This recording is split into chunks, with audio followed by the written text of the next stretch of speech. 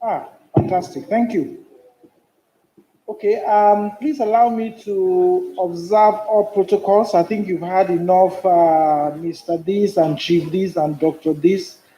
So please allow me to get straight to the point. The first slide ahead of you, I think, sets the tone for what uh, sits right at the heart of what Family Homes Fund is about. And our hope for what is essentially a young organization is that into its future, the challenges that the images that is before you pose continue to be the fuel that drives this organization and trying to address the need of housing among millions of Nigeria. What you see there are 4 images. And we just had a fantastic session about planning. But it's possible that no one in this room has this experience. And that itself is a challenge. That is an experience that we probably need to have to begin to get a sense for what we need to do to address the daily, weekly, monthly challenges that the overwhelming proportion of our fellow Nigerians have to deal with. Living in significantly informal settlements with no access to security, with no access to water, with no access to power, with no access to any community facilities at all.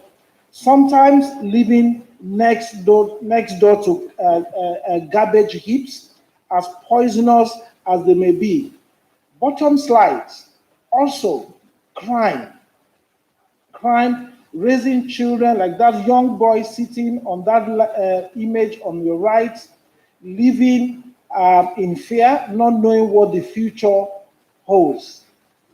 All of that may sound strange, but this is the real life experience of a significant number of Nigerians who continue to be excluded from the housing market because we are building houses that are not accessible to them.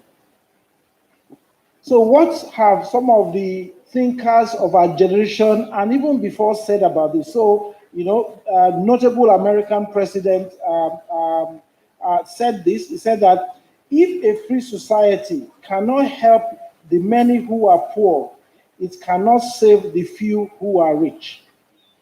Okay?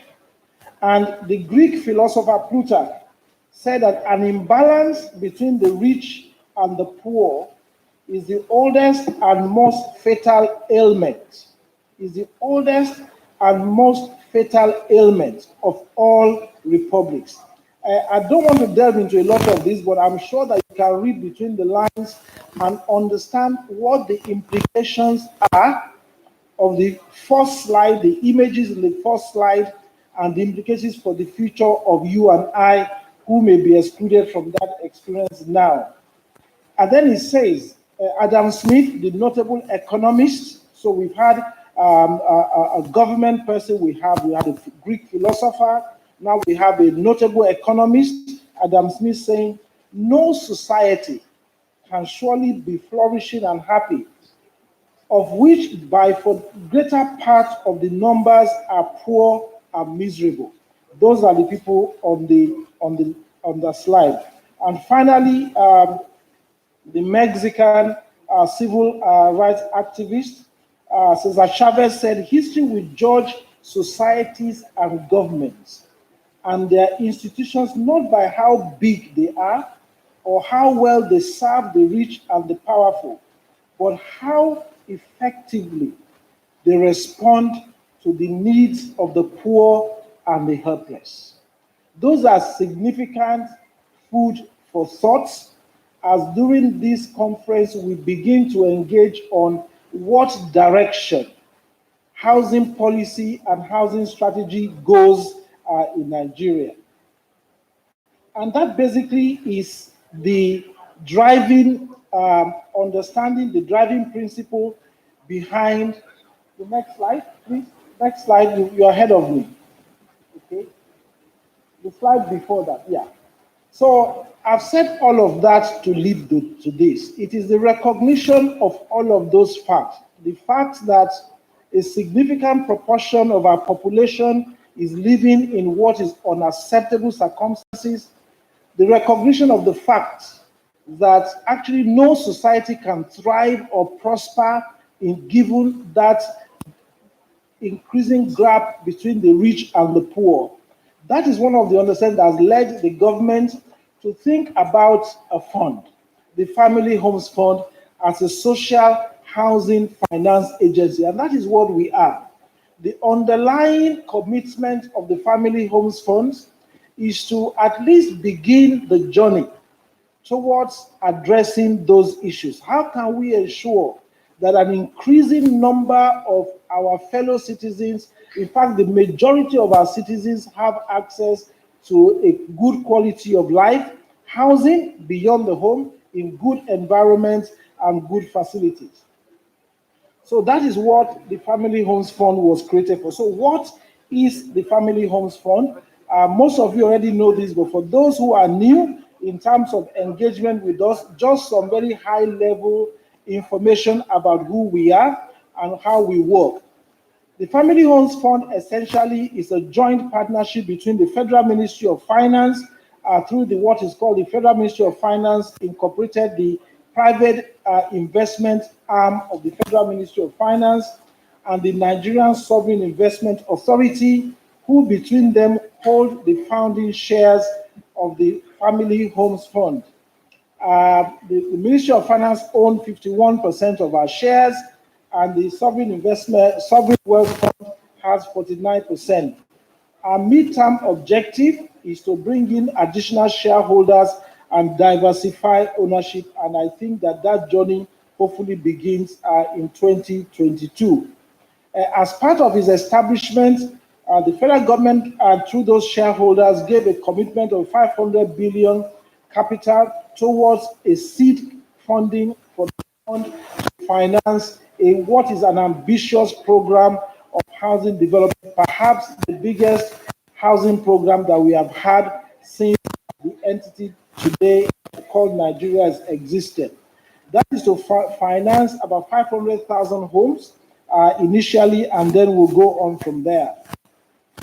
As I said, the primary objective of the fund, and I think this is very important because I think my team is here, we spend a lot of our time trying to convince people that actually, as much as we would love to finance 50 million naira houses and 70 million naira houses, actually we are quite fascinated with the job that we have been given, ensuring that we are only engaging on financing homes that are affordable to people who are the bottom end of our economic pyramid, particularly people who are very, very poor, and that is really what social housing is about. The company became effectively operational in January 2019. So if you include the year of the COVID, it's really been effectively trading for about 2.5 years, and now has a staff turnover of about 34, I think, as I said. Next slide. So what do we do? What does Family Homes Fund do? Family Homes Funds makes affordable housing, let's say social housing, happen, so that we are clear about the definitions, by developing and offering financing solutions to affordable housing developers, public or private, and the people who buy and rent the homes that they build. So that is basically what we're about, is providing financing for public and private sector developers, but also the individuals who actually have to buy those homes that they have built. Our current pipeline of partners include a wide range of state governments. We'll provide that detail later in the schedule. And in the last year alone, we have committed in excess of 43 billion naira to projects which are promoted by state governments alone, including private sector developers, housing cooperatives, corporations, and interestingly in Kaduna, a women's housing group that we expect to support to develop a social housing scheme that is targeted at women, mostly market women in Kaduna. We're working with our development partners, influencing them to create jobs on the projects that we support as a very deliberate strategy. One of our key results is ensuring that in investing what is a significant amount of public capital, that we are also providing jobs for a lot of our people, particularly those on low income who are currently out of jobs. Next slide. So how are we doing this? And I think this is important for those of you who want to know how the Family Homes Fund works. So our key results from our shareholders through the life of the fund are right there at the top: 500,000 homes and 81.8 million jobs. So what are we doing to ensure that we move towards achieving those results? We had 4 channels, as we call them, but now there are 5, and I explain why. The first one, which I think is colored orange, is the Affordable Housing Fund, which is essentially a construction finance facility both for private and public sector developers. In simple parlance, it means that we are providing money for developers, public or private, to build houses that meet our requirements. And those requirements include a number of things, and I'm sure during the questions time we have a chance to engage on that. But primarily and fundamentally is that those houses need to be affordable to the market segment that we exist to serve. So that is our perhaps most active channel for the time being, and we'll talk about what we have done on that channel over the last 2.5 years. The second channel, which is rather new and is just beginning to take off, is the National Social Housing Program, and I think that is a big focus of the discussion today. The National Social Housing Program is an element of the Economic Sustainability Program. You probably will recollect, most of you, that last year the federal government launched a 2.3 trillion naira stimulus package as part of the post-COVID efforts to reboot the economy.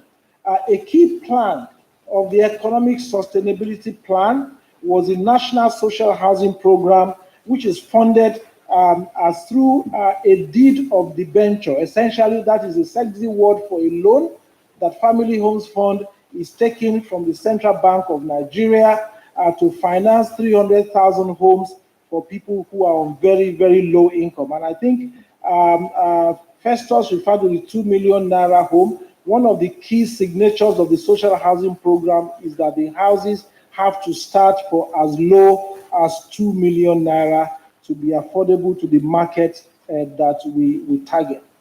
The status of the social housing fund is that we have completed the deed of debenture with the central bank. We expect over the next couple of weeks that the first drawdowns is drawn down in batches of at least 20 billion will begin to happen over the next couple of weeks, and that will allow what is a huge backlog of projects to start to hit the ground.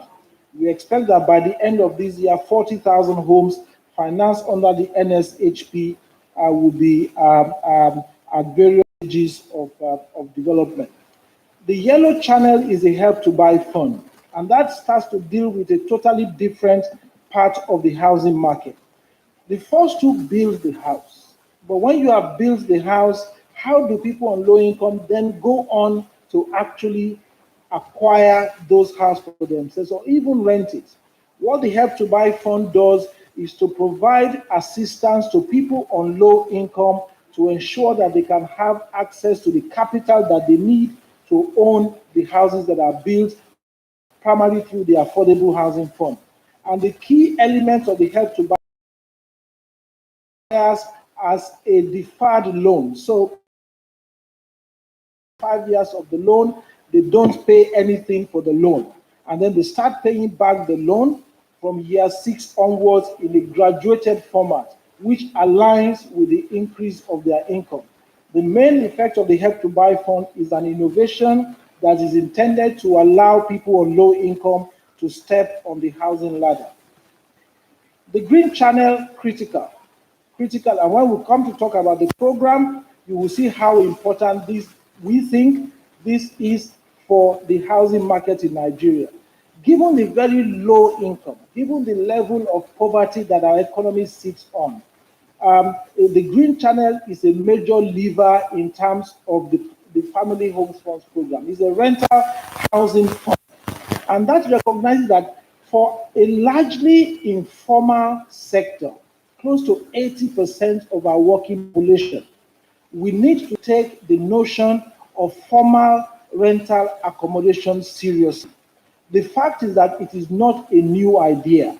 In most of our urban populations, close to 75% of people are already tenants. They're renting their house. The only problem is that they are renting them from mom and pop's landlords. They have no security of tenure. They don't enjoy any service. They can be kicked out at the landlord's will. What a formal rental housing fund or tenure does is give them first a security of tenure. As long as they pay their rent, they stay in the house. They can't be kicked out willy-nilly. Secondly, they enjoy a good quality management service. And finally, they acquire a right to buy the house as and when their economic circumstances allow them to do so. So we're exploring and are beginning on a pilot program with 6 housing corporations. We expect to tidy up all of the preliminary work around that this year, and with the initial investments for, I think it's 668, 503,000 homes starting in the Q1 of 2022. The final one, which is the, on the rental housing fund, I forget. One of the other key aspects of the rental housing fund is students' accommodation. This year, we expect to put about 20 billion naira of our own money into a pilot students' accommodation program for about 6,000 bed spaces in 4 universities. This is part of housing. A lot of our young people in universities are living in conditions that, frankly, if you put a goat in there, the goat will be struggling to get out. We can't raise the generation for tomorrow in some of those conditions. So there's a huge amount of work going on within the fund, working with universities, working with some of our development finance institution partners to ensure that we can intervene in a meaningful way to ensure that our young people in formal education have a place to live where they can compete with their mates across the world in an increasingly global environment. So that's the Green Channel. And then finally, the Land Development Fund. That has 2 primary focuses. The first one is land banking. And the team has done an excellent work. Today, the Family Homes Fund sits in excess of 2,500 hectares of land across the country to feed the development program. And that is across a large number of states, about 16 or 17 states. But more significantly, one of the key things that the Land Development Fund aims to do is to support existing development where the quality of life of the residents is significantly undermined by lack of infrastructure. So you have estates in Abuja, in Lagos, in Ibadan, in Enugu, that are frankly in the middle of nowhere. They are not connected to services, they are not connected to trunk roads, and the idea of the Land Development Fund is financing to connect what we call the last mile infrastructure. Essentially, that is making those places much more livable environment. At the bottom of all that is that, I think as Nigerians, we've been disappointed so much that we are cynical about things actually happening. But we are committed at the Family Homes Fund, and a lot of what we want to do is actually underpinned by a commitment to 4 key values. First is financial viability. We have our CFO here who will kind of give you some of where we are 2 years post-trading in terms of securing the financial viability of the institution. I thank all of you for your warm congratulations on our Sukuk bond, which we issued last week. That is, not only is this the first corporate sukuk bond in Nigeria. Not only is it the first phrase bond issued in Nigeria, it's also the first bond out of the capital market financing low-income housing. Before now, the message was that pension funds will not touch low-income housing. That has been the matter. We are glad that we've been able to prove that wrong. But it's beyond the Family Homes Fund. What that does, because we will deliver on our commitments on the bond, is that other providers in the market can now go to our deep capital market to raise money to finance low-income housing. We have broken that myth and shown that actually capital market will finance low-income housing and social housing where the opportunity arises. And just for the data, 64% of the subscription to our sukuk bond are from pension funds. So they were not individual. That ourselves we found quite surprising on the back of a strong financial viability.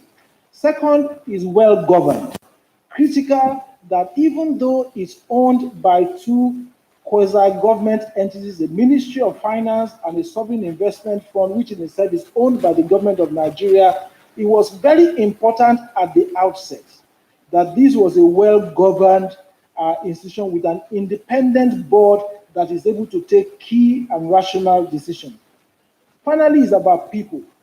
Significant investment in not only attracting the best talents, but also retaining the best talents and rewarding them.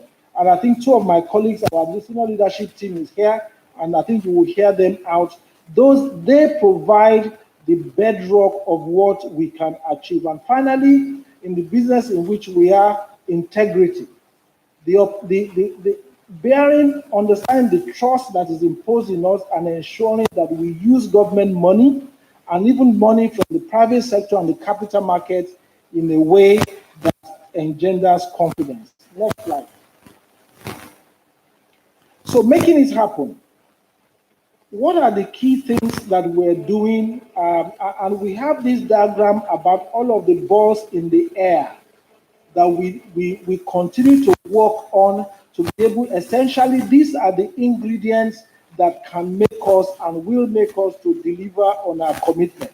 One is basically, and I'll go through the 6 of them, capacity. When I come to talk about the structuring, which I'll do in a minute, of the social housing program, you will see that a critical element of the NSHP is delivering, perhaps for the first time ever, significant growth in our mortgage sector. Some of our mortgage sectors, as a result, banks, as well as the NSHP, would double, even triple their current loan portfolio. And that means that at the end of the NSHP, the result we expect to see are stronger, more robust primary mortgage banks. That is critical. Because as a developer, if you are building, there are no mortgage banks that are strong, robust, strong balance sheet that can offer loans, your exposure, you are more likely to be curtailed in your exposure. Financing. We did our debut bond issue in the Sukuk, but we are not done. That was basically to test the waters, and we'll be going back to the capital markets on and on and on again to tap the capital that we need. Nkiru, who's our CFO, has a big job ahead of her. In 2022, she has to raise in excess of 400 billion naira to finance the program for 2022. So financing, creating the financial base to support the program is a critical part of what we need to do. I talked about land assembly, a significant focus in ensuring that we have land in the right places, of the right quality, that where people want to live, to ensure that the program achieves a stable delivery path.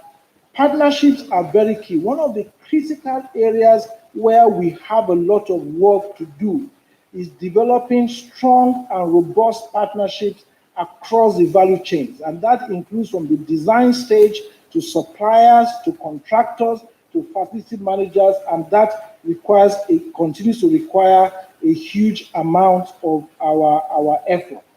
you will see something that called the four levers. One of the big challenges and risks to what we are looking to do is the fact that we have an extremely volatile market. So we have a four levers project, which is basically around a number of initiatives. And it's interesting that one of them, which was launched today, was about standardization of designs and specification that enables us to give some more predictability to the houses that we finance. It also offers some support to private sector and public sector developers, because we will have done the work for you. You will have had standard designs and specifications that you can work off, and that kind of enables your journey into the market a lot quicker. Next slide. Just very quickly, just to kind of describe how the Affordable Housing Fund works and how the National Social Housing Program works. So I will focus on just those two, and I will leave all of the other channels, help to own, land. I think this is probably kind of the critical big volume aspects of our work. So in terms of the Affordable Housing Fund structure, it's fairly simple. Currently, and I know that this is a subject of significant challenge for many of our partners. I understand you, but we also have a reason why we have adopted this approach in the interim. So primarily, a lot of family homes funds exposure at the moment is via lending to state governments. Okay? Is via lending to state governments. State governments are then, on the back of the capital that we give them, able to engage private sector developers or builders or contractors, whichever name they call them, who actually build the houses. We see this as a win-win situation. One, because it protects us from credit risk that we cannot really control. But secondly, it localizes and ensures that state governments carry a huge part of the responsibility because they have a role to play. And I continue to believe that I know of no market for social housing anywhere in the world where governments or public authorities don't have a major role to play. But as I've noted on that slide to the bottom, at stage 2 of the development, for now, for young institutions, we need to protect its credit quality. Remember the value around financial sustainability, and its capacity to accept huge risks is also limited.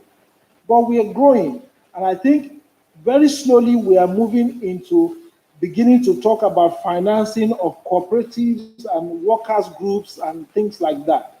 And eventually, hopefully in the not too long future, we will have the confidence and the robustness to be able to take on direct lending to private sector developers. But that is really important for me to clarify that, and I'm sure that I expect a lot of I expect some questions on that, but we'll be quite happy to take them. Now, for the National Social Housing Program structure, next slide. Okay, very similar to the Affordable Housing Fund, but slightly different. And I will kind of point out the key differentials. And this is probably new because I'm not sure, with the exception of a few people in this room who have engaged with us on the social housing program. I think some of you have engaged with us borrowing money from the CBN. We're taking a loan for 15 at 5% per annum. And I'm lending that money via a development agreement to a state government or its agencies. And different states are employing different partners. But typically, the state-owned agency we are lending onto. They then do, as in the Affordable Housing Fund, they then appoint their developers or their contractors to build the house. Of course, we have a close eye on who and what. Typically will have a right of objection if we felt that they were trying to populate the place with their politicians. Okay, so they have the delivery partners build the houses. The houses, when built, are are transferred to what is called on that slide QFI. So this is a term that was developed in the deed of debenture, and essentially it means the qualifying financial institutions. Essentially, it's a mortgage bank or a commercial bank. So we are currently working with both. And essentially what happens is that we, on completion of the houses, enter into what is called a novation agreement with the qualifying financial institution. Essentially what that is that we hand over the house to the qualifying financial institution, and we also hand over the debt that is associated with those houses to the qualifying financial institution. Essentially, we transfer all of the obligations and the liability around that parcel of homes to the qualifying financial institution. So if you are okay, I'm not sure Abe is here, so I can use their name. So if you're an Abe mortgage bank, on the end of the novation agreement, you probably get 1,000 houses, but sitting behind those 1,000 houses is probably a debt that is repayable to the central bank of, say, 2 billion naira. It's repayable at 5% over possibly not 14 years, because 1 year has been used to build the houses. So what Abe then does is basically identify 1,000 people who want to buy 2 million naira homes and say, okay, you have the houses, you have 14 years to pay me back. And as they pay Abe back, Abe remits the money through us to the central bank. That is essentially how the social housing program is designed to work. And the objective for that is that it tries to innovate around the challenges we have with our very shallow mortgage market. Okay, so it's essentially a relay facility. So like if you think about the relay race, you know, the first person does the first and hands over the baton to the next person who then runs the last mile. So that is essentially what the social housing fund is intended to do. So those are the two key main details of how our two main instruments work. Next slide. So Festus was keen about figures, so let's talk about the number of figures about what we have done today. Next slide. I will summarize broadly where we are. I don't read a big table of specific sites to you. But essentially, as at the end of Q2 2021, we have 5,408 homes that are completed. That's across about 8 states. Under construction across 11 states at the moment is 9,148 homes. We expect all of those to be completed by the 31st of December, actually more likely towards the middle of November. And currently we have what we call committed or credit stage. Just to be clear, these are schemes either where we have granted approval, but is waiting for one legal thing or the other to start, or where we have completed our internal credit process and waiting for a final board approval, but all of which we expect to start in Q3, Q4 of 2021. That's about 13,543 homes. Outside of this, if you call them pies in the sky, so these are what we call active pipelines of projects that we are working on but have not been through our credit process. They are maybe halfway through or just starting. We have in excess of 30,000 units or so in the pipeline. Our target for 2021 is 50,000 homes by the end of the year. 2022 is our big year. Having laid a lot of the foundations, all of my colleagues that are here on the executive team, Inkiru joined us in January 2021, and Sonny joined us about this time last year, bringing additional capacity to the team. And I think we are now placed for our big year in 2022, when we expect to commit to in excess of 110,000 homes. When I'm done with this, there will be a spool, a drone shot of some of the developments so that you can see that. Next slide. Okay, so this is This is the project in Delta. That's about 650 units. It's primarily completed now and being sold to people. The next slide, please.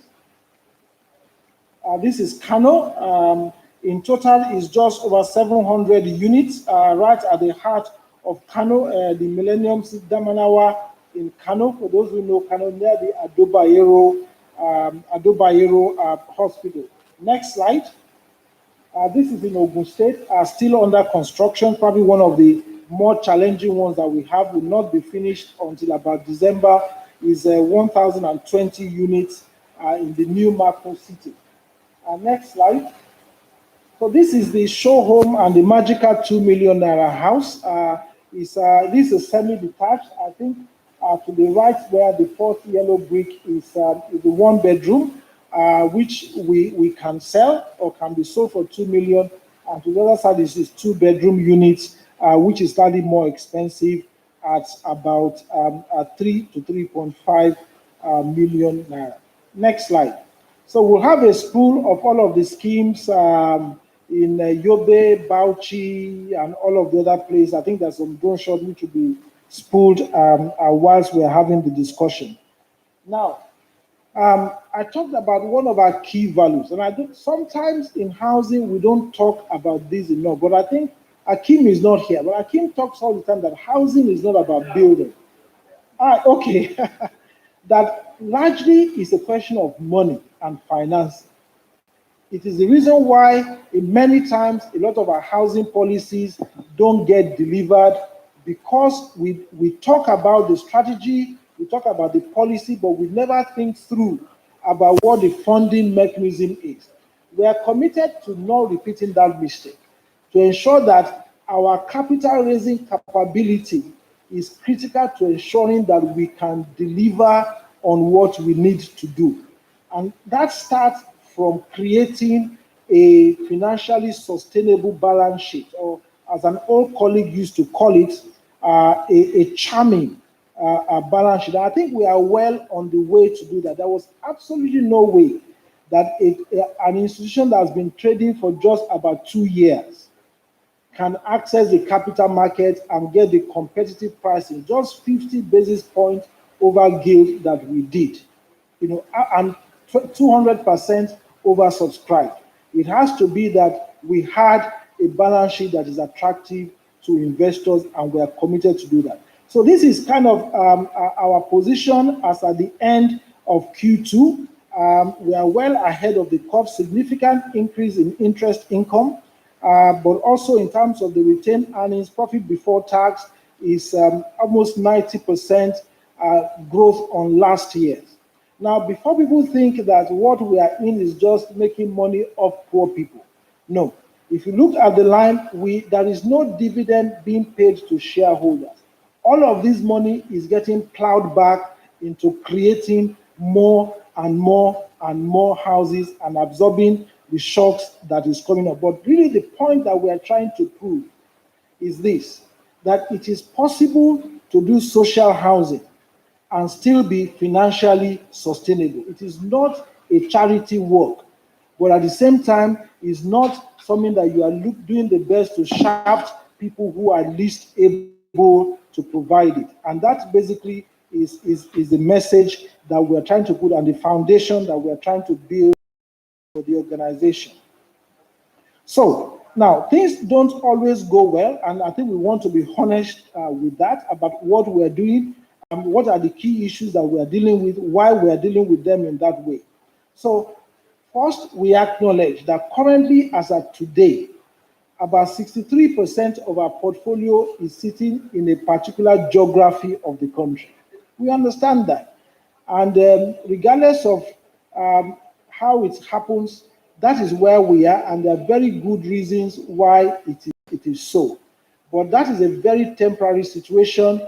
By the time we get to December, our objective is to have a very equitable distribution of our investments across all of the 36 states and the 6 geopolitical zones of the country. In actual fact, the mandate from the board of the fund is that the social housing fund, which is 200 billion, is equitably spread across all of the 36 states. That's an average of just under 6 billion naira investment in each of the 36 states. Second bullet point, I've already spoken about this, that we have a low risk appetite. And again, there is really no apologies for that. We want to have, for the time being, a very low risk appetite to ensure that we protect the balance sheet of the company, that allows you to access more capital before taking on board higher risk. And that is why we are prioritizing lending to private developers, but through state governments who are able to provide us with ISPOs or irrevocable standing payment orders. So that is, but as I said, eventually we'll move out of that. But that is an operationally wise thing to do in terms of where we are now. Thirdly, big focus on social housing. Some of our initial schemes were not quite where we expect them to be, but currently, on average, with the exception of Lagos, Kano, Abuja, and Port Harcourt, where we are taking where the situation demands some uplift, is to stick to between 2.5 and 5.5 million naira as the lower and upper end of the houses that the fund bids. Currently, we have 15 million naira portfolios, homes in our portfolio that we can't wait to get. Rid of them. As I said earlier, we have significant interest from the states. We have really enjoyed significant interest from them in supporting what we are doing. And there have been generous. States like Kano, where it said that there's no land, gave us in excess of 200 hectares, over 200 hectares of land for social housing development. As I also said earlier, we aim to complete our preparations on the student housing, rental housing, and incremental housing by December, with the initial commitments hopefully happening early 2022. We are becoming very financially robust and sustainable now, and I think that our internal capacity in terms of staffing is now at its peak, and we should, by December, I think we should be where we are in terms of having the capability to do what we need to do. So next slide. So looking forward, next slide, in terms of operational projections over the next 3 years. So this is basically a pull-out from our corporate strategy. As you see there, we have 6 that we're working on. All of these 6. So the affordable housing for sale, which is in the affordable housing fund, we expect to do 10,000 homes this year, and I think we have a strong chance of hitting that, and slight growth next year and into the next. I talked about rental housing as a major push for us. Between now and 2023, we expect to do about 50,000 units of rental housing. A lot of those will be through partnership with housing corporations, primarily, but also perhaps a number of cooperatives. We are fascinated about the idea of incremental housing, about people building their housing with micro loans, which is really the way that for many of us, our parents built their houses. This is a major initiative for us, and we hope that the first investment can be made in 2022. I already talked about student housing. We are committed this year to investing a significant amount of our capital, an initial four university sites, and then hopefully on the back of that and lessons learned, will push forward. To other universities in subsequent years. Social housing, this essentially that is a rump of our operational projections. This year we're looking at 40,000 units, on the way to doing that, and then ramp up to a peak of 50,000 per annum over the next couple of years. Sites and services, in some places, particularly in the southeast, we're finding that this is an attractive product that enables people to access homes. And that is something that we have developed a product paper. We are working on it, and I hope that either later this year, Q4, or early next year, we should be able to make the first investments into former site and services scheme. Next slide. In terms of the financial projections, that is there. I won't talk too much about that. We are seeing very significant growth in terms of assets, in terms of shareholder equity, and certainly in terms of net income. What you will see in the second to the last line is that from 2022, our borrowing goes up quite significantly. Because we can't continue to rely, government has been extremely generous to us. We now need to begin to take on significant amount of debt. And that obviously has implications, but that is really the primary way in which you can build sustainability into the program that we want to deliver. And I think we are quite ready and prepared for that. So just before I finish, last slide. Next slide, please. Right. So this. It's easy to present that everything is hunky-dory because not everything that we face can be changed. We understand that the social housing space is a difficult one. It's a big learning curve, and we are learning as an organization. But as an organization, we are determined, and I think that some of the early results and the trust, not just from government, but some of the development finance institutions who are putting a huge amount of trust in the business, is evidence that even though we can't change things, but we can face them. And part of the key message for me today is looking to work with many of you in this room, both private sector developers, government agencies, mortgage banks, to see how we can work together to ensure that the first picture that I showed begins a disappearing aspect of our urban landscape. Thank you very much. A round of applause for the MD CEO Family Homes Funds, Mr. Femi Adewale, beaming the light on the Family Homes Funds and what they're all about and how you can be in partnership with them. Once again, a round of applause for him, please. Please permit me for disrupting this session. I just want to do a few things. Since we're talking affordable housing, we would like to also get the private sector perspective. We want to invite to join this session the Chief Operation Officer, Mr. Kabir Omar Gano. Please, a round of applause for him. A round of applause, ladies and gentlemen. Chief Operation Officer of Brains and Hammers. A round of applause, please, ladies and gentlemen. Brains and Hammers. Okay, I want to recognize the presence of Estate Surveyor and Valuer Chief Ima Wike, President, Nigerian Institution of Estate Surveyors and Valuers. Please, a round of applause for him. You are welcome, sir. He is also here with his First Vice President, Estate Surveyor and Valuer, Jumbo Amayebo.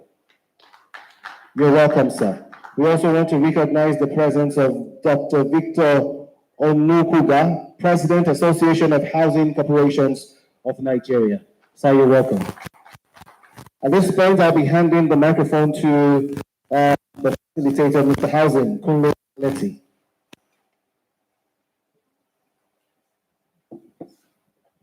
Good afternoon, ladies and gentlemen. We are well behind time. Femi, thank you for the presentation.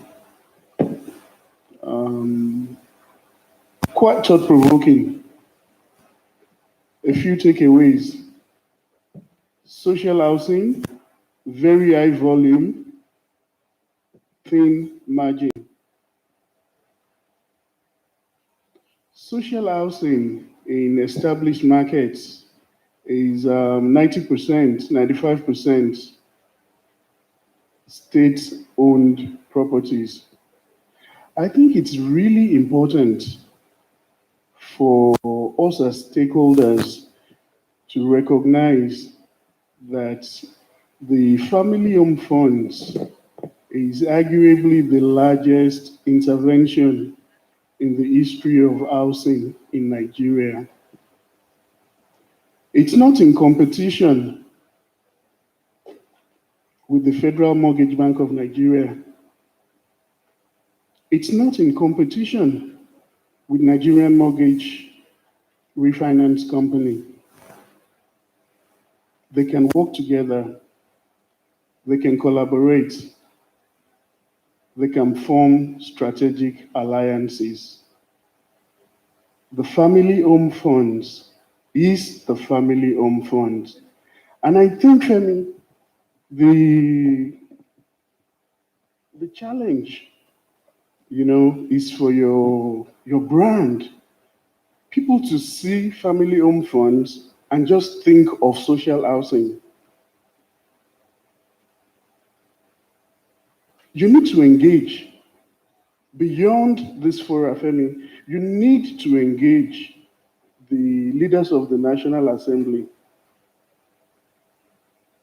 Once family home funds once there is an understanding of what you do, of what you are capable of doing, employment, job creation, economic stability, I think you're going to hit the ball out of the park.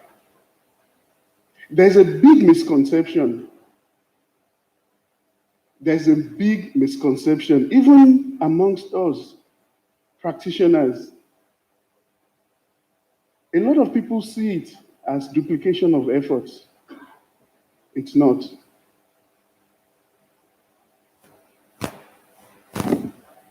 At this juncture, I'd like to get the perspective of Professor Iyangete. Thank you.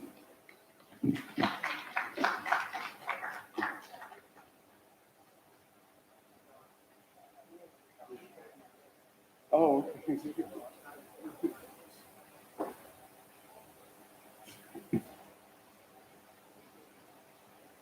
Thank you very much, Mr. Chairman or moderator. I'd like to just give a backdrop perspective. I was actually on the inaugural committee that set up the Family Homes Fund. When the immediate past minister intended to create an instrument, a vehicle for delivering funding for the social housing and for greater affordability, she set up a committee, and I was privileged to be on that, the very first inaugural committee and the very first meeting. I thought I should give that historical perspective.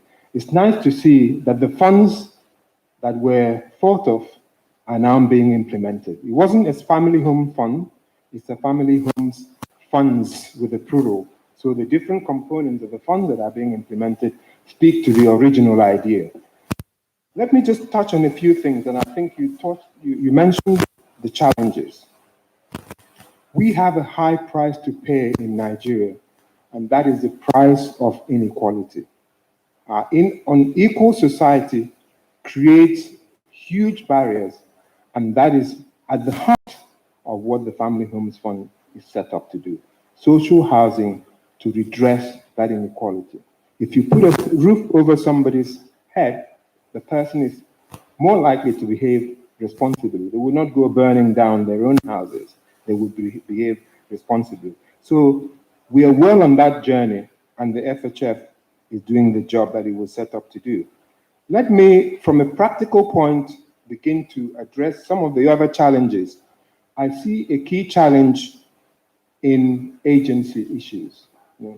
Family Homes Fund itself, as a developer financier, isn't the executor. Family Homes Fund has to rely on other parties, contractors, developers, to deliver. And what drives the developers and the contractors may not always be in the best interest of the end users, the buyers of the property. So managing the risk and dealing with that aspect is a very important aspect. And I'm hoping that your systems and structures are developed to deal with those. So we do not have this asymmetry of information where some parties have more reliable information than others, and some parties are able to erode the standards and the quality that is expected of you than others, and then feed that into the market. So your brand, protecting your brand and ensuring that what you pay for is what reaches the market is very important, and it's a critical challenge. Another challenge that I see is you are set up to do a lot, to build in large quantities, in large numbers. That means you're also well placed to impact how the market operates. And I believe the FHF stands in a perfect position to be the driver of green housing in Nigeria. And I think as you develop the social housing, you should really look to be at the forefront of delivering on sustainability.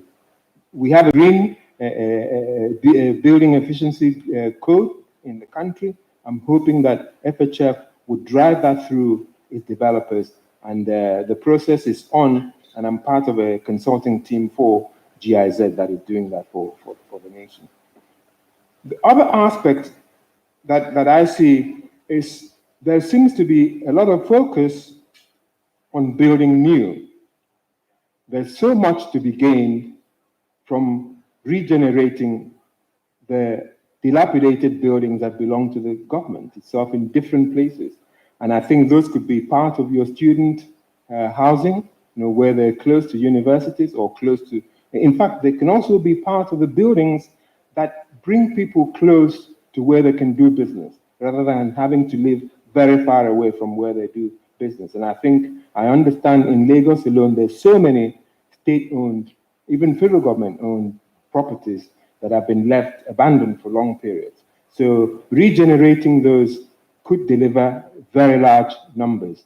Glasgow, a city that I lived for some time, regenerated its inner cities and regenerated its old housing estates during the early 90s and late 80s. That restored Glasgow to being European City of Culture. I believe it was in 1990 or 1991. So that can be part of this model of social housing using existing structures without having to build new. And it will also accelerate the speed of delivery, I believe. The other aspect of the opportunities that I see is really in ensuring that the partnership that we speak of happen. You are well-resourced, you're able to go into the capital market.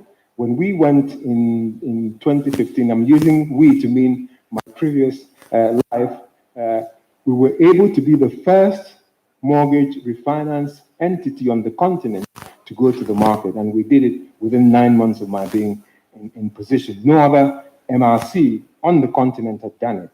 You are well-placed. We set the framework for Sukuk. We actually drew up the underwriting standards for Sukuk, which I believe would help if you're using that in due disbursements. You should be able to pull that up. We also took it to the point of implementing it for the informal sector, which will be where largely the people that would be benefiting from the housing will come from. So when you marry those two things, the informal-driven Sukuk together with what you're driving, you'll be really able to manage the risk. And I was going to mention the big challenge, but I can see that in your structures and in your systems, you're thinking about that. At the end of the day, all of these boils down to using technology right, as we spoke of in the morning, building the database, being able to interrogate the database, and being able to take faster turnaround decisions. But at the very end of it, it all boils down to people. If the governance structure doesn't work, it doesn't matter how you set it up. It doesn't matter what you do. It is the people. And it's the people who are to implement those structures of governance that have been built that would make this happen or make it fail. I'm hoping it will be the earlier and not the latter. And I want to commend the work that you've done to go to the market and issue a Sukuk. Under typically an institution to go to the market would have to have been in existence for 3 years. They've been in operation for just over 2. They've gone to the market, issued a Sukuk, raised twice as much as they needed, and had to hand back some of the money. That's something to be commended. And that market needs to be That market needs to be encouraged. Thank you. That market needs to be encouraged and it needs to be rolling because liquidity is at the heart of affordability. When you have a market that is liquid and the funds are flowing, the need for the quantum of return that investors are expecting reduces. If I'm able to turn around 2% 6 times, what's that? It's 12%. If I'm able to turn it around 20 times, it increases to much higher. So that frequency, the speed of going to the market and the speed of rolling the funding is critical. And even in small margins, the quantum of what you do will be very critical to keeping this and making it sustainable. And I'm really rooting for you. Thank you.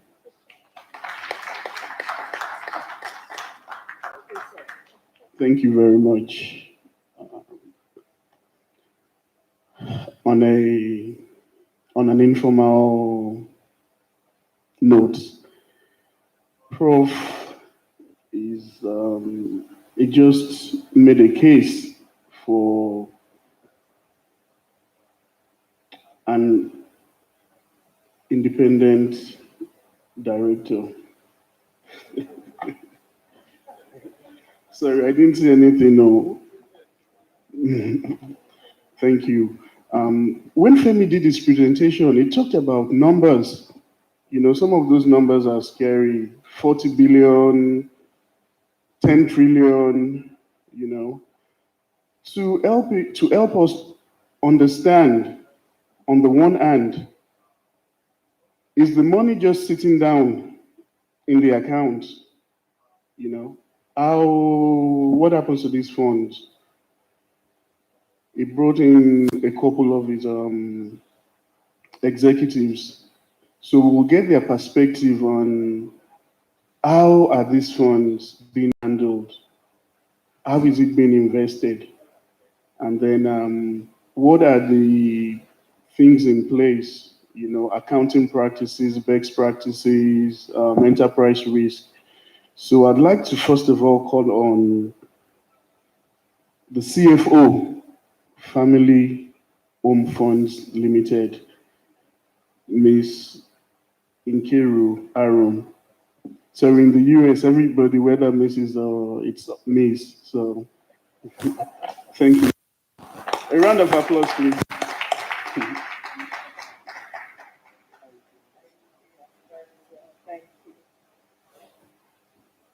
Hello, House. Sitting in this room with all protocols observed are my key partners in managing the money of the federal government of Nigeria.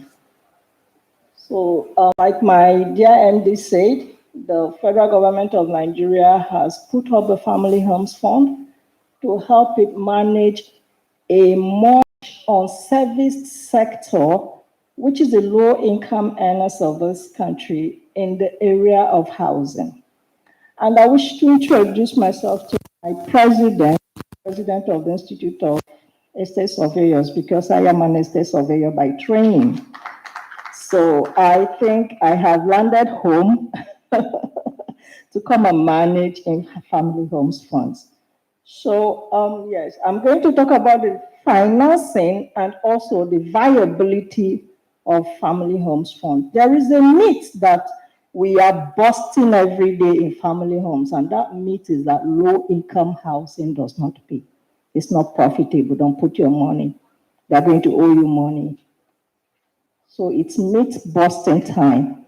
Low-income housing is very valuable. Brains and hammers are in the house. Low-income housing is very valuable. How is it very valuable? It starts with financing.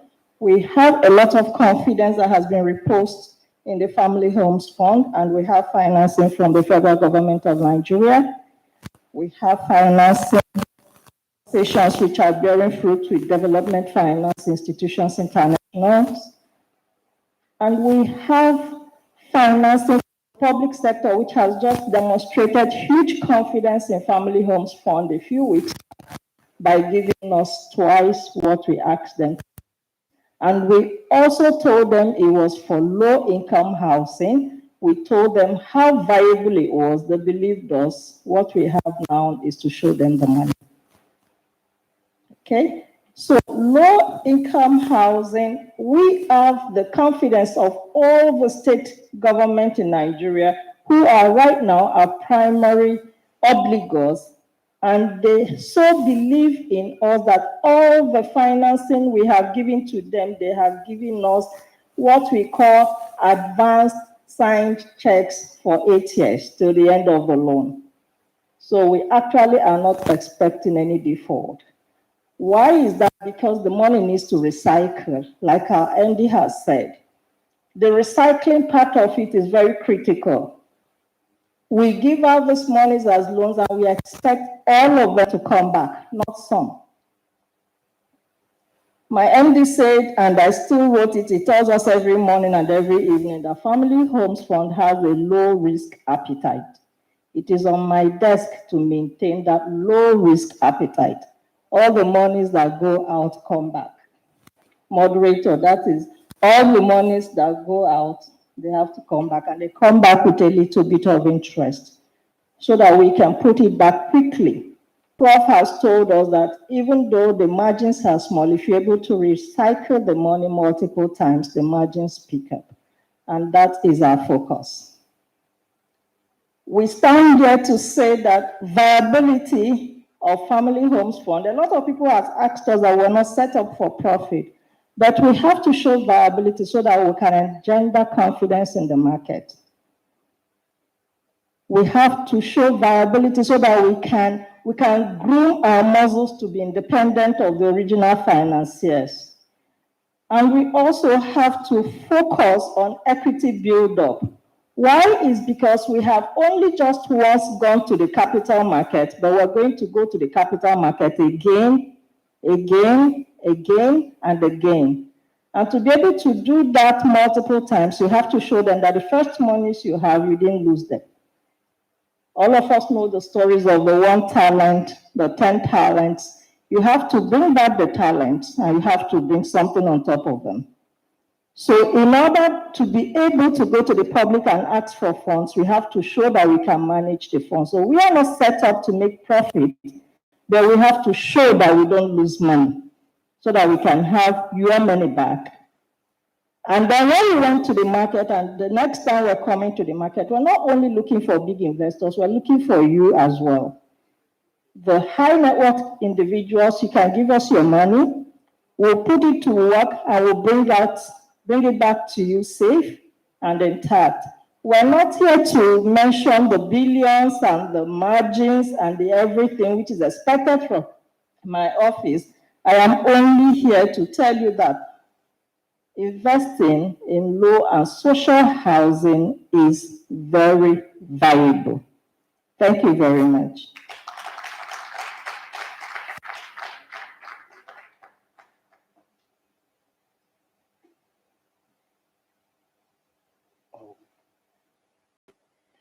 Thank you so much, Nkiru. Without taking much of our time, oh, by the way, I'm so looking forward to getting the perspective of Brains and Hammers later on. When you deliver consistently units of 250 million, and all of a sudden we want to, deliver units of 2 million or less. Oh yeah, those are two extremes, So I'd like, I can't wait, or perhaps it could be part of your CSR,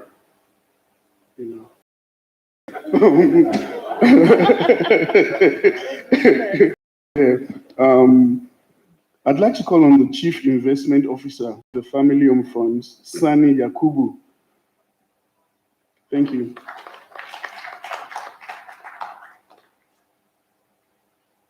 Thank you very much. The moderator made a very interesting, very powerful point.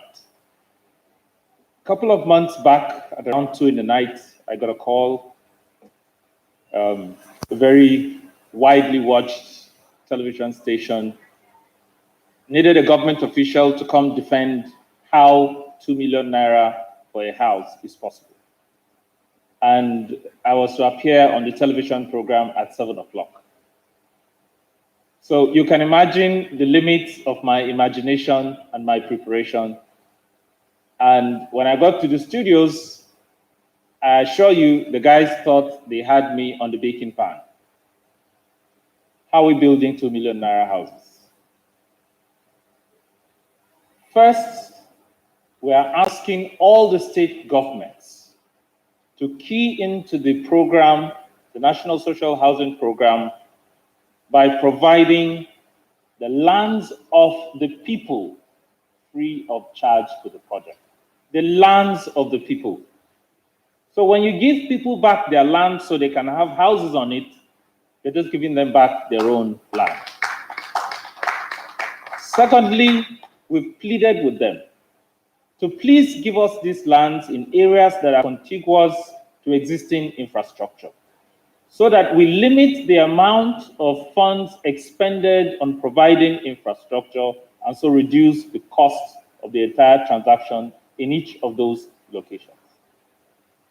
This is the second cost push factor that is reduced. We ask the state governments to please give us these lands not in the names of their entities, but in the names of Family Homes Fund.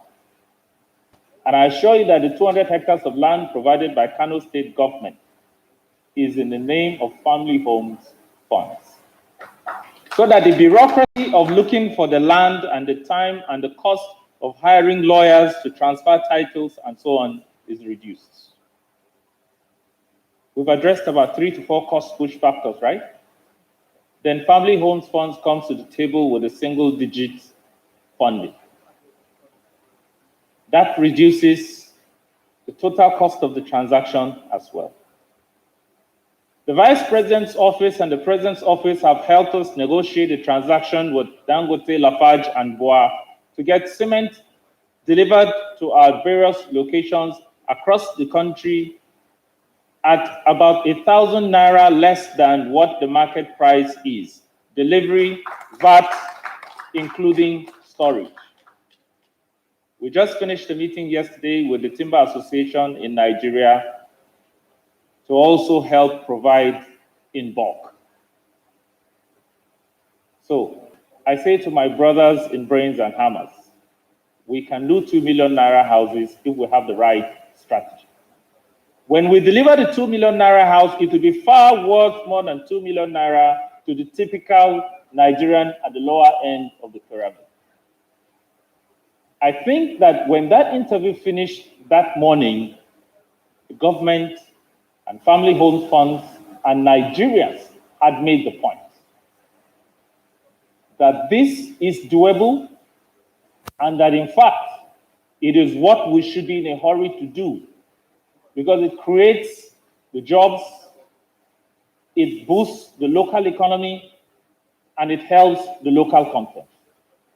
In addition to all of this, my brothers in our project management department have ensured that we have standardized designs so that the value engineering that comes from standardizing the designs helps to save the cost of delivery, both in terms of the single unit house and in terms of ensuring that the 500 units that we have in an estate are designed in such a way that the road network and all the other infrastructure facilities help save costs. Moderator, I'd just like to stop at this. I hope that I've also made the point. When it comes to the other risk elements involved, I believe that my colleagues will still have a lot more to add. Thank you very much. Thank you.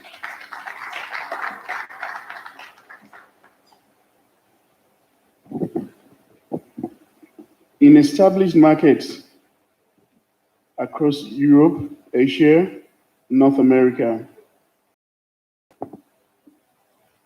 social housing, government, key players are non or not-for-profit organizations, and believe it or not, religious organizations. Outside of the US federal and state governments, the largest social housing is the Catholic charities. The Catholic charities is the largest provider of social housing in the US. This is just a food for thought.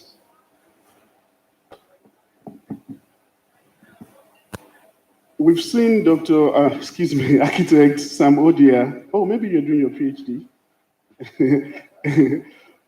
We've seen him on stage a couple of times today. I would like him to share his hands-on perspective. He's the CEO of Millard Foundation.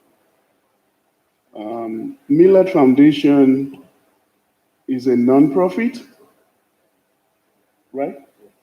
And I think it evolved from a religious or faith-based foundation.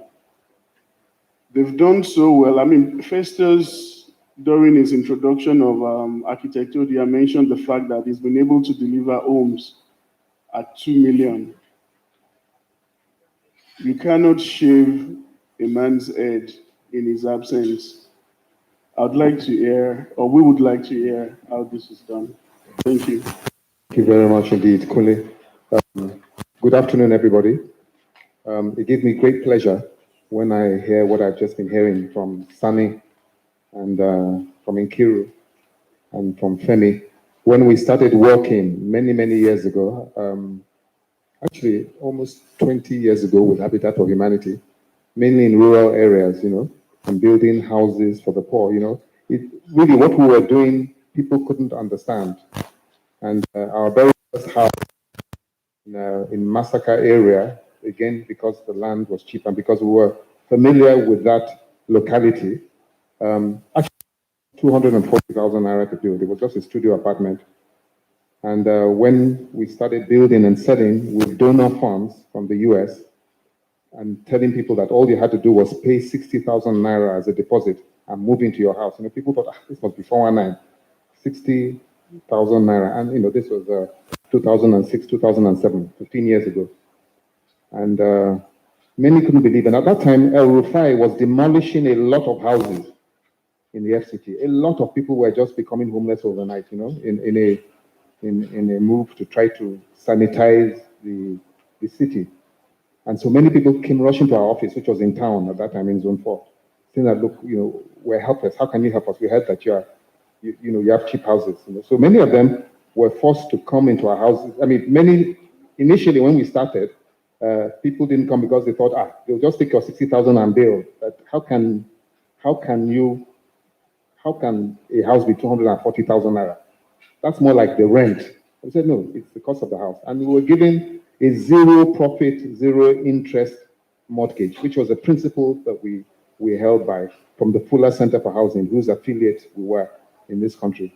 So, Millard Fuller, our founder, who founded Habitat for Humanity International, worked on this principle, that the poor deserve to be given loans without charging profit and without charging interest. It's very much like the Islamic financing sort of system. And so we started, and eventually people started coming in because they had no choice. And they told their colleagues, this thing is real, and we had practically the whole of Abuja at our doorstep. We could only we were building an average of about 10 or 20 houses a year at that time because it was only as quickly as the funding could come, And it was obvious to us because there was such a great need that this model that we were operating wouldn't last, And we knew right from then that we were going to have to find a way of breaking into the money market, be able to take loans. And it's been a very long journey trying to transit from that typical non-profit housing background to one where we're now a social enterprise with funding with viability, sustainability in mind, with an ability for us we are a profit-making organization now. And for that, we've set up a new entity called MFF Housing, which we actually floated 2 or 3 years ago. We're about to sign an MOU with our major funder in the UK on that name.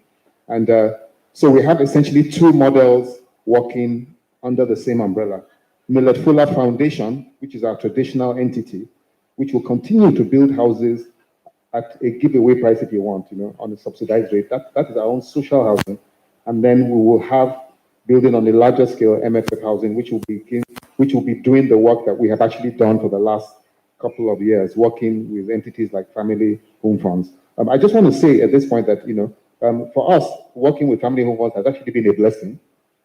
Family home funds came at a good time. We were very lucky when an entity called Real UK, and you've heard one of the directors speak on the first day, came in to fund us. And essentially what Real is doing is trying to do exactly what Nkiru was talking about, trying to establish the viability and the investability of the concept of low-income housing, if you want.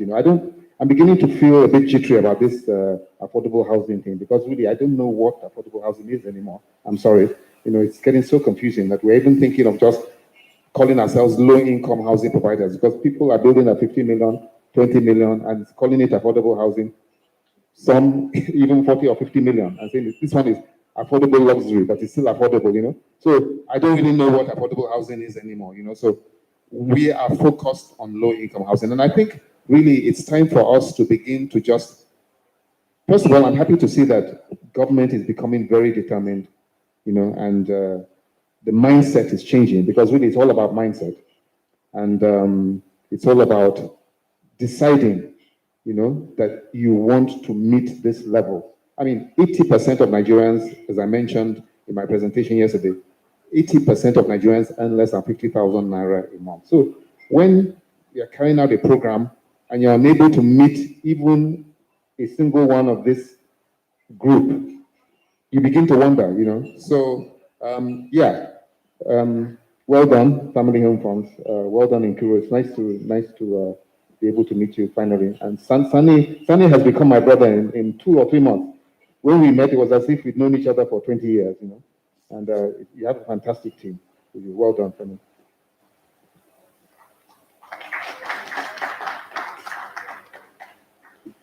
Thank you very much.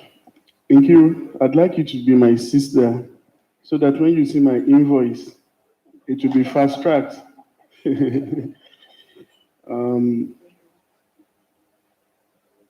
There's a misconception that Abuja Housing Show is a talk show. Every year, we gather people, we come, we talk, we go.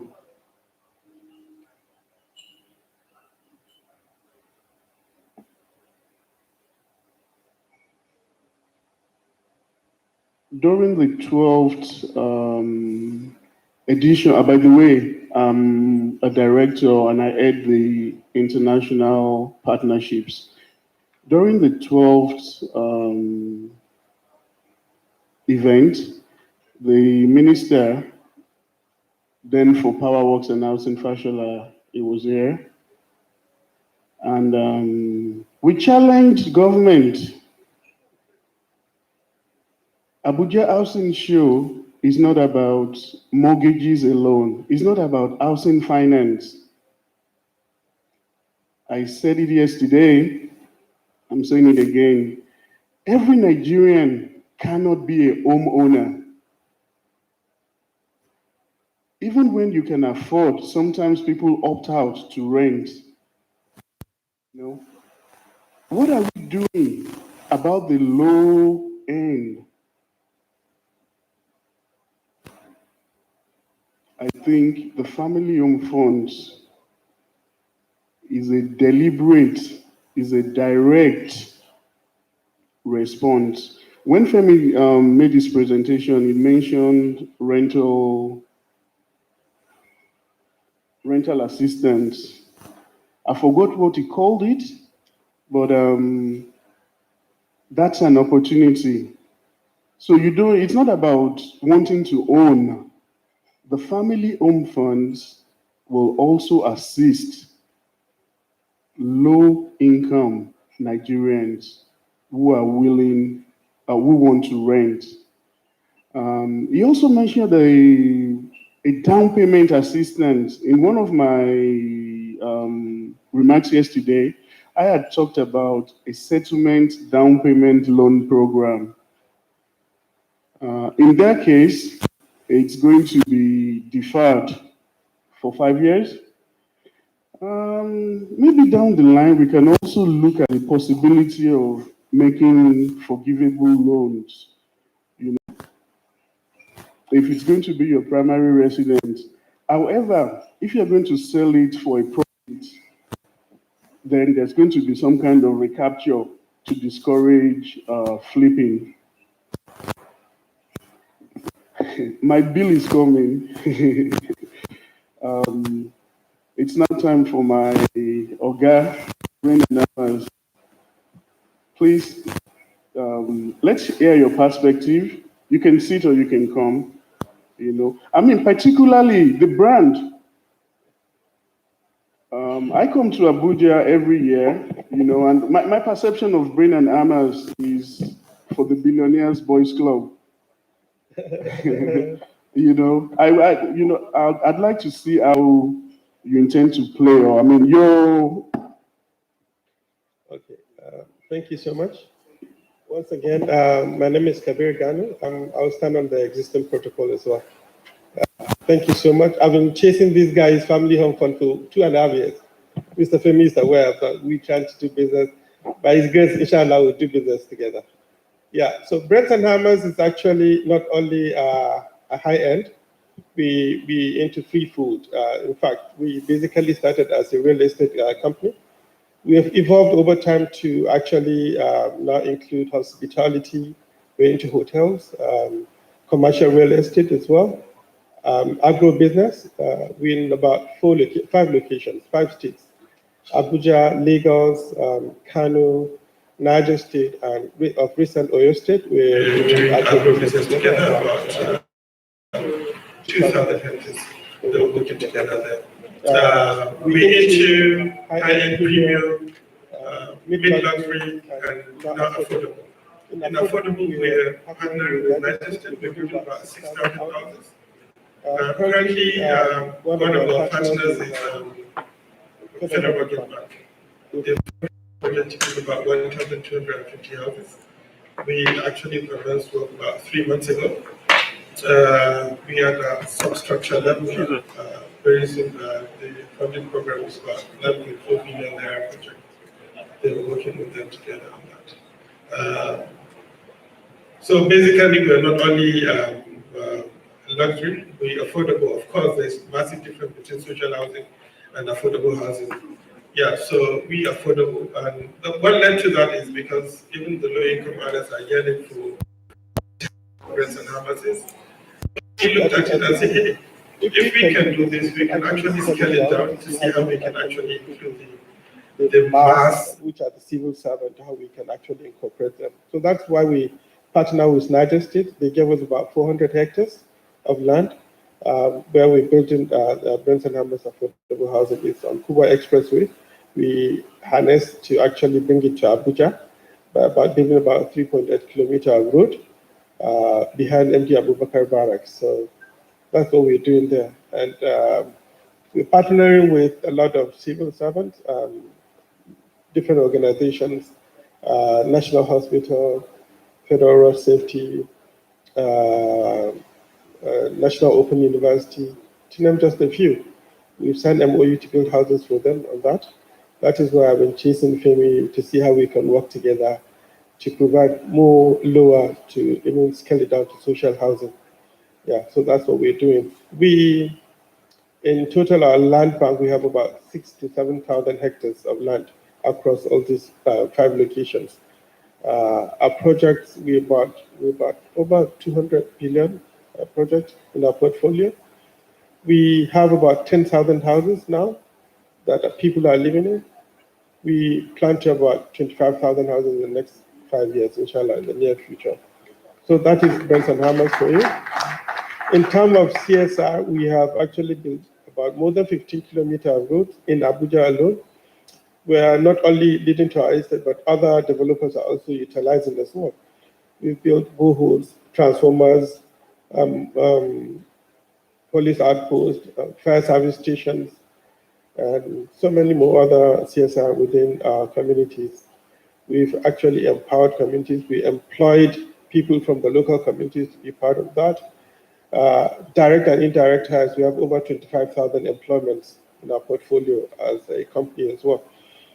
We partner with local manufacturers like pens, Piccadilly pens, to be specific, Shamlax to provide those for us, Royal Ceramics as well to actually provide tiles for us, and a number of people to do the windows as well and the roofing sheets for us.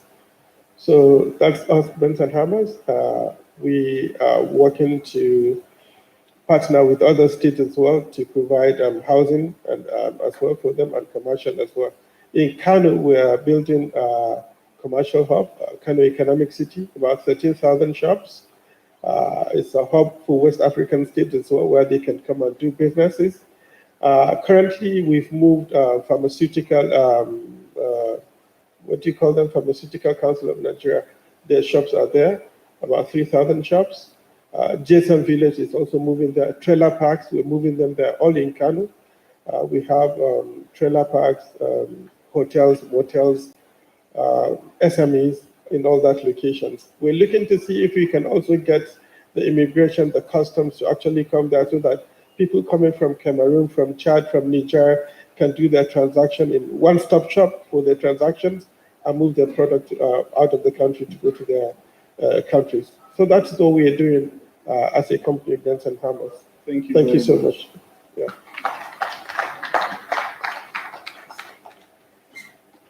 Thank you, ladies and gentlemen. I'm sure you'll agree with me that this is one of the most engaging and interesting sessions of the event thus far. To recap, Family Home Funds to date has funded in excess of 10,000 units of houses across Delta, Ogun, Kano, Nasarawa, Kaduna, Yobe, Bauchi, Adamawa, Borno. Yeah. Even more importantly, they've empowered directly and indirectly over 60,000 Nigerians in terms of employment, job creation. And this is just within a couple of years in operation. You can imagine what Family Home Funds will achieve in 5 years. I encourage stakeholders to come together and embrace Family Home Funds. I must emphasize that it is not in competition. It is there to support.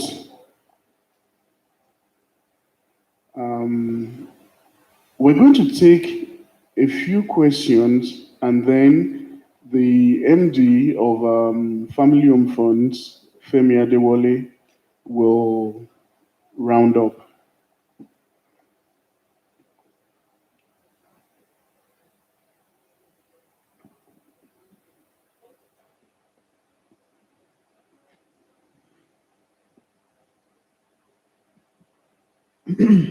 Good afternoon. My name is Mr. Ernest Clark. I am the Deputy Managing Director for Technical Service, National Housing Authority, Republic of Liberia.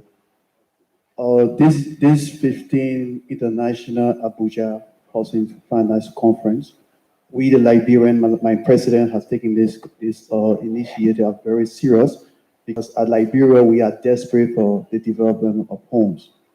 or Mr. Oda and Mr. Femi can contest, because two of them, if I were looking in this room, to know who have been in Liberia, they both of them have paid a visit to Liberia before. So, Mr. Femi, Mr. Oda, how can we make this work for Liberia, looking at our desperate needs? Thank you very much, sir. Femi, do you want to take that? Okay. Questions, observations?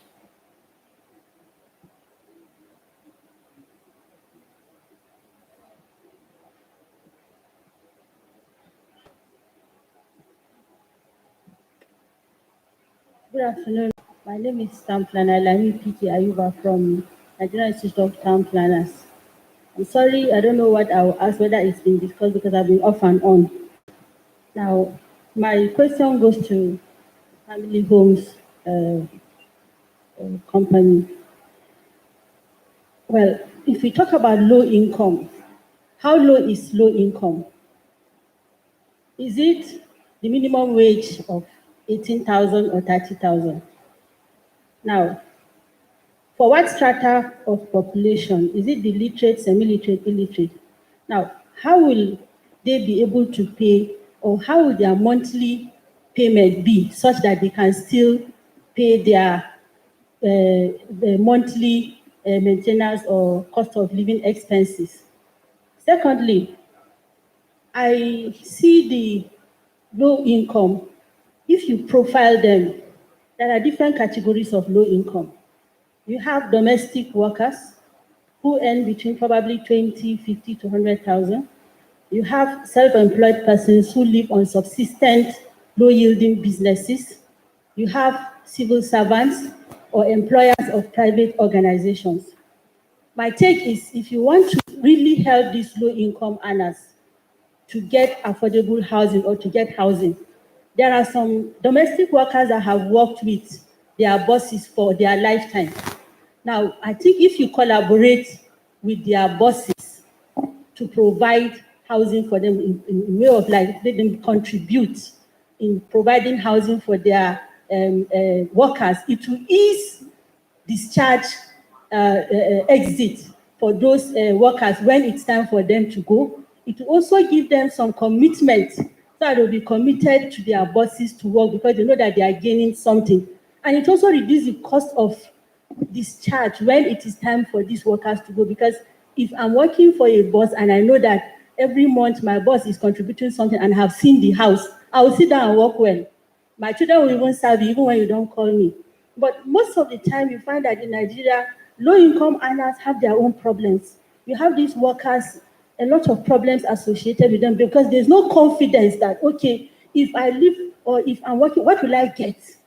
So it's somewhere you can cash into that, okay, collaborate with their employers to see if you can collaborate with them to contribute in providing housing for them over a long time. So also employers in the private sector, whereby you have employees that are very committed to your work. How can you do to reward them? It might not be just contributing pension or... Madam, can you round up, please? Okay, so you just help to, if you collaborate with the employers, I think it will be very good. Thank you. Thank you. That's it, please. I'm sorry. I have to use my prerogative. Madam, before Family Home Funds respond directly to you,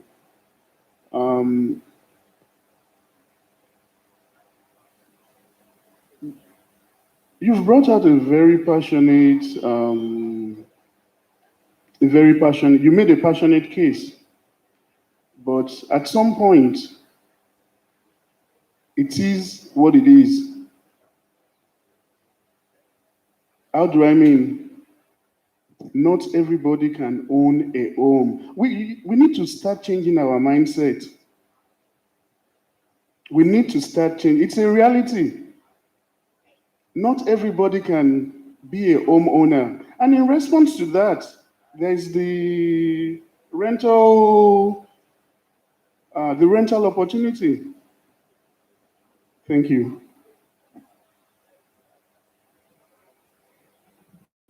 Do you want to take the...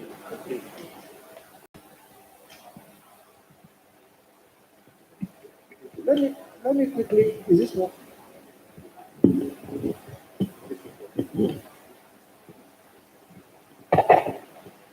Okay, so let me just quickly take the Liberia issue. NHA is an old friend from days past in Shelter Africa. Actually, I think NHA was my last assignment in Shelter Africa, so I have some affinity with that. The Family Homes Fund is unfortunately very centrally Nigeria focused. That is where its mandate is. But I think what we can do, and I know that about 2 or 3 years ago, Sam was trying to do something in Liberia. I think what we can do is to support people like Sam working with you and some of our local developers who are wanting to expand and build capacity to interface with NHA out of Monrovia to achieve what you want to achieve. I think that's a discussion that we'll be quite happy to have with you, but I think it's probably not likely that we can invest directly into Liberia. I think it will mostly be providing support for people like Sam to be able to do that. We are probably not at that stage yet. I think our shareholders think that we have enough to do here. But you know, we have a Pan-African viewpoint, and I think we'll be quite happy to support in any way that we can, while staying within our governing instruments.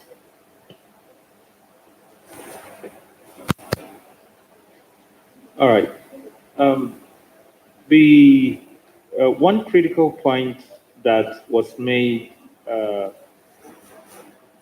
by Madame also is that there's a wide or a large pool of people who are in need of housing. And I think I'll just like to underscore, you know, the types of products that Family Homes Funds is trying to put on the ground. And the moderator did try to make this point, which is, in the first instance, a large pool of young people will just not be in a position to own, but they can rent to own. And the state housing corporations are working with us at this point to see how such facilities, such housing facilities can be provided first in the 6 geopolitical zones of the country. At this point in time, we've gone very far in terms of the conceptual and the draft agreement, and we now want to move towards seeing how we can pick specific projects in each of the 6 geopolitical zones. Remember that we're just about 2.5 to 3 years old. Probably in another 3 years' time, we'll be discussing the results from this. Now, if I may just use this opportunity, Professor Nyangete talked about greening the houses. I'd just like to use this opportunity to also state that part of the economic sustainability plan is the 5 million solar housing project, and that we have been working with the coordinator and his team to also see how this solar housing opportunity can be provided in those houses that Family Homes Fund is trying to put out across the entire country. Thank you very much. Thank you. Thank you. Let me just, if I may. Yeah, yeah. Why don't you do that? Okay. And that's it. All right. Oh, I can round up from here. Yes. Okay. I think the lady asked a very important question. And I think it's important to address it in terms of what the social housing program is trying to do. Just to give you some metrics. So on the lowest price units at 2 million, and that's very difficult, but we're doing everything possible to stick to it, that on every of the projects that we finance, there are at least a number of units that are available and sold at 2 million naira. Based on the 15-year repayment period in the social housing program, that will cost just under 11,000 naira per month. That is the payment, okay? Interest and principal. That means that for a low-income wage earner, so your point is that we are working with a low-income wage earner at 30,000 naira. is about a third of their income, and that is not factoring in any secondary income or a couple who are living there. So that's very important, and we've been very mindful, and I think we still have some work to do to bring that under 10,000 by perhaps shifting the amortization structure of the repayment. So I think that is really about how low can low get, and that is where we are. On the issue about informality and formality, absolutely right. Look, we can't ignore the fact that close to 80% of our population and our economy is in the informal sector. So our rental housing fund addresses that to a large extent. But we also understand that we can't just say because you're in the informal sector, you cannot own a house. So I give an example. We are looking to support a project in Kaduna. It's called the Adashi Women's Housing Project or Women's Housing Society. It's a group of market women who have come together. So that's purely informal sector in one of the central Kaduna markets. And they put themselves together, and since March last year, they started making monthly payments. And over that period of time, we kind of said that they formed themselves into a group, and we now feel that actually we can support this group to build the house. They demonstrated some capability, okay? And that is an innovation that I think is possible. I think in the pipeline currently we have in Ibadan a group of bicycle repairers who have also formed themselves into a group with payments, contractual savings schemes, and be able to access financing for housing in the informal sector. So I think you're absolutely right. It's a tough space, but I think it's one that we will need to continue to innovate around. Thank you. Thank you. That's it. All right. Thank you very much. Let's just have group photographs, and then.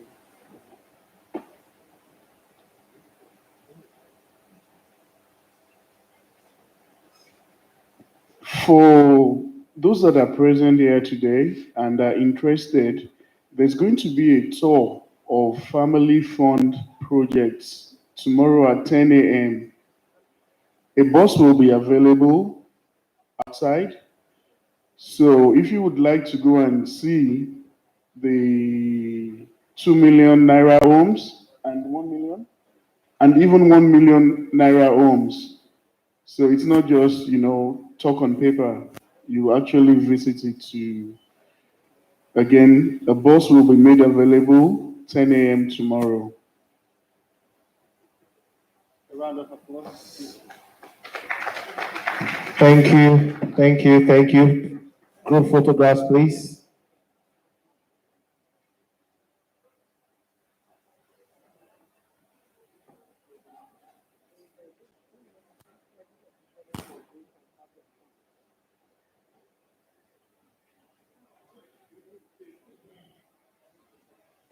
If bicycle repairers can own homes, can come together, civil servants should be able to own homes. Am I right? Civil servants should be able to own homes. 1 million. We were told that yesterday by the CEO Millard Fuller Foundation, Sam Odia, that with 1 million you can own a home. And today also, we have been told that with 2 million, courtesy the family home funds, you can own a home. Ladies and gentlemen, once again, a round of applause for them.